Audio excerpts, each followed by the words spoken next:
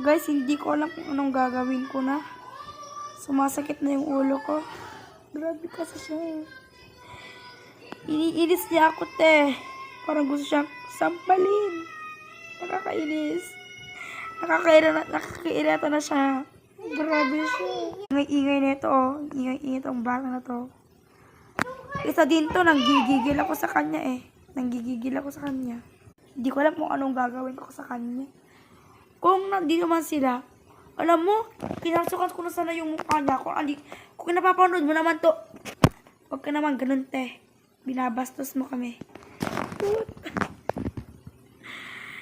Nakakainis talaga yung babae na yun. Lalo't pag nag-aaway kami. Gusto ko na siyang iganon. By the way pala guys, kung gusto nyo mag-order ng ganito, mag-comment kayo. Ang daming ganyan sa amin, oh.